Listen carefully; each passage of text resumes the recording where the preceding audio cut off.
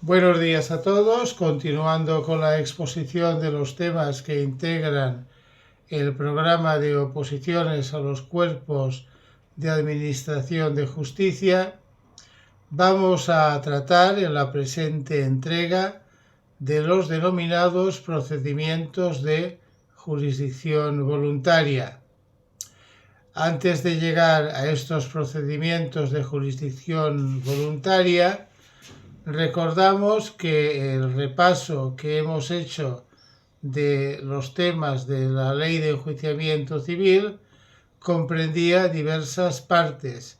En primer lugar, hablábamos de los procedimientos comunes.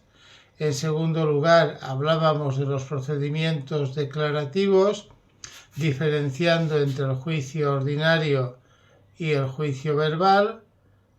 Hablábamos después de los procedimientos especiales, de los que distinguíamos tres categorías.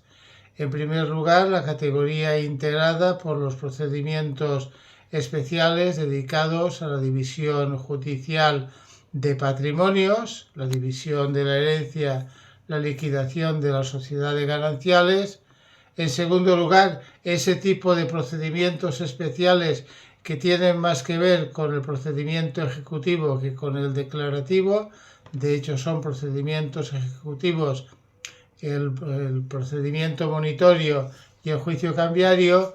Y en la entrega de ayer mismo hablábamos de los procedimientos matrimoniales y hablábamos de los procedimientos sobre declaración de incapacidad, con lo que terminábamos esta parte. Como digo, hoy vamos a referirnos al tema de los procedimientos de jurisdicción voluntaria, una materia objeto de reforma importante porque viene a cambiar lo que era el amparo legislativo anterior que procedía del siglo XIX.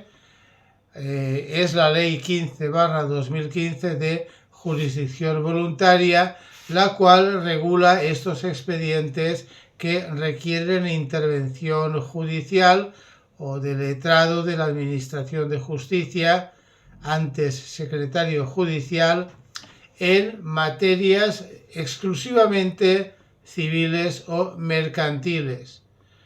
Estos procedimientos se caracterizan por la inexistencia de una controversia contenciosa, es decir, por la falta de un litigio adversarial. El objeto de esta ley de la jurisdicción voluntaria es el de modernizar, sistematizar y agilizar estos procedimientos, atribuyendo competencias compartidas entre jueces, entre letrados de la Administración de Justicia y también, como estamos viendo que ocurría en otros ámbitos, antes reservados a los jueces, y también en el papel que se les atribuye a notarios y registradores. Este protagonismo creciente de los LAG, de los notarios o de los registradores, y nos pone sobre la pista del propósito de desjudicializar estos expedientes en la mayoría de los casos. A día de hoy, esta ley de jurisdicción voluntaria se encuentra vigente con su texto consolidado, incorporando algunas modificaciones puntuales, singularmente las pintorescas modificaciones incluidas por la Ley de Igualdad Trans LGTBI en 2023 sobre rectificación registral del sexo de menores. Además, existen otro tipo de modificaciones de la misma entidad, es decir, de un alcance focalizado y parcial, que no alteran la estructura nuclear de los expedientes. Entrando en el comentario de las disposiciones generales y normas comunes en materia de tramitación de estos expedientes de jurisdicción voluntaria, hemos de decir que esta cuestión viene a quedar abordada en el título preliminar y en el título primero de la LJV, concretamente entre los artículos primero y 23. El artículo primero de la LJV dice que estos expedientes son aquellos que requieren intervención judicial para la tutela de derechos o de intereses en el ámbito civil o mercantil sin que medie controversia contenciosa. La competencia objetiva recae en los juzgados de primera instancia o actualmente secciones de lo civil de los tribunales de instancia. También la competencia objetiva en este mismo artículo segundo se atribuye en ciertos casos a los LAG o a los notarios registradores. En cuanto a la legitimación y a la postulación, contenidas en los artículos 3 y 4 de la LJV, aquí se da la circunstancia que no debe pasar desapercibida de que con carácter general en estos procedimientos ni hace falta abogado ni hace falta procurador, salvo excepciones que vienen de la mano del tema que estuvimos comentando ayer, que es el tema de la adopción o el tema de las medidas de apoyo a la discapacidad. En estos casos y en general en todos aquellos casos en los que intervienen menores o personas vulnerables, es preceptiva la presencia del Ministerio Fiscal. Además de la singularidad en el tema de la postulación, cabe incidir en la singularidad del tema de la prueba. A diferencia de lo que ocurre en los procedimientos civiles o mercantiles de naturaleza contenciosa, aquí rige el principio de oficialidad, es decir, aquí es el juez el que puede plantear la preceptividad de una prueba, el juez o incluso el letrado de la Administración de Justicia. Respecto de la tramitación, la misma inicia por solicitud, comienza por solicitud, que puede ser un escrito mediante un modelo normalizado y también puede darse el caso de que se inicie verbalmente. Acumulación si hay objeto idéntico entre varias solicitudes formuladas. Se da una apreciación de oficio de los defectos y de la competencia. Audiencia de los interesados, audiencia también del Ministerio Fiscal, resolución que no es por sentencia, ojo, resolución por auto, el cual es recurrible en reposición o es recurrible con apelación, pero en efectos limitados.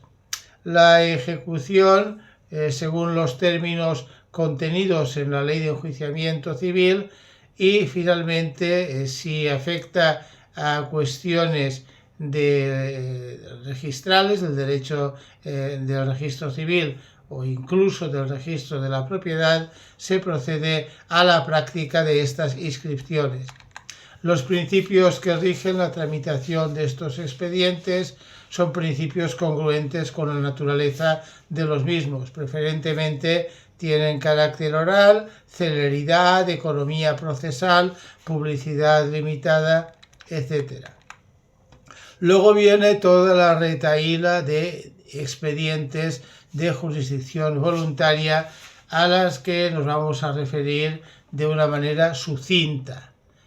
Expedientes de jurisdicción voluntaria en materia de personas incluyen reconocimiento de filiación no matrimonial, autorización judicial para actos sobre capacidad, por ejemplo, para actos que supongan la modificación de apoyos a la persona discapacitada, los célebres expedientes de declaración de fallecimiento o ausencia, que recordamos por el repaso de los primeros temas de derecho civil, la rectificación de errores en el registro civil, incluyendo el famoso tema del sexo de menores de 12 años de la ley trans, nacionalidad por residencia en ciertos casos, etc.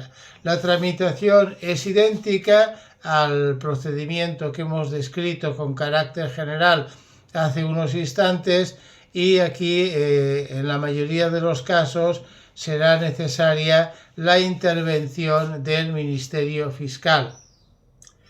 Hablamos ahora, después de estos expedientes en materia de personas, de los expedientes en materia de familia.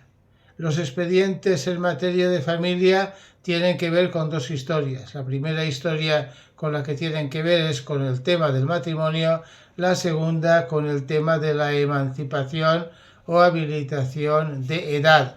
Respecto del tema del matrimonio, comprenden la dispensa de impedimentos matrimoniales, parentesco, muerte dolosa del cónyuge anterior, intervención judicial en desacuerdos en materia de patria potestad o en materia de guarda. Actualmente habría que tener en cuenta que la expresión patria potestad ha sido sustituida en el Código Civil por la expresión de responsabilidad parental. También se meten en estos expedientes en materia de familia la administración de bienes de menores y personas con discapacidad, el desacuerdo conyugal en la administración de gananciales, etc. Luego todo el tema de lo que es, como he dicho, emancipación o habilitación de edad. Expedientes relativos al derecho sucesorio. Aquí se da un reparto de atribuciones entre el juez y el notario. Comprende aceptación, reparto de la herencia, autorización de venta de bienes hereditarios menores, la colación de donaciones del famoso artículo 626 del Código Civil, la partición judicial en el supuesto de que haya contador-partidor y la célebre adveración del testamento hológrafo. ¡Ojo! No hay que perder de vista que aquí estamos hablando de expedientes de derecho sucesorio en los que no se está planteando ningún tipo de conflicto en la división de la herencia. Si se plantea algún tipo de conflicto en la división de la herencia, habríamos de salir de la órbita de esta ley de la jurisdicción voluntaria y regresar al ámbito de los juicios especiales de división de patrimonios que hemos visto anteriormente. Vienen después los expedientes relativos al derecho de obligaciones, consignación judicial, autorización de venta, el pacto comisorio de bienes en prenda o hipoteca.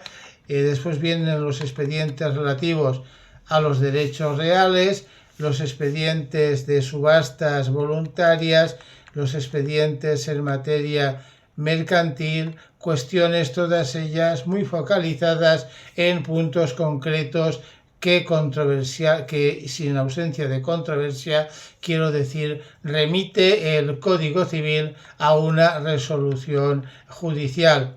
Finalmente, hablamos de la conciliación. A la conciliación se refiere el título 9 de esta ley de la jurisdicción voluntaria entre sus artículos 139 a 144. La conciliación viene precedida de un acto voluntario o del MASC para intentar un acuerdo extrajudicial en materias civiles o mercantiles. Es decir, que con carácter previo a la conciliación se da la existencia de un juicio declarativo o de un juicio especial, en todo caso un juicio exorbitante al ámbito de aplicación de esta norma. Hay un conflicto y se intenta poner solución a este conflicto mediante la conciliación. La conciliación procede ante el LAJ o ante el juez de paz Ojo, porque el juez de paz, esta es una de las pocas competencias de cierta entidad que tiene tras la entrada en vigor de la Ley Orgánica 1/2025, ante el juez de paz si la cuantía es inferior a 10.000 euros. El procedimiento se tramita mediante solicitud, comparecencia, y una vez que se produce la comparecencia se advera el acuerdo mediante un acta de conciliación que es homologable como título ejecutivo, se refuerza por la Ley Orgánica 1/2025 en determinados casos, y la eficacia equivale a un acuerdo, la eficacia equivale, mediante este auto a una sentencia firme. En resumidas cuentas, esta ley que estamos comentando y repitiendo en algún caso lo que ya hemos dicho, lo que viene a hacer es dar respuesta a la necesidad del requisito de lo judicial que aparece en determinadas normas como el Código Civil, desjudicializando la mayoría de expedientes, lo cual descarga la presión sobre jueces y magistrados, priorizando la celeridad y priorizando los acuerdos sin perder de vista la necesaria protección de las personas vulnerables mediante el papel que se mantiene del Ministerio Fiscal.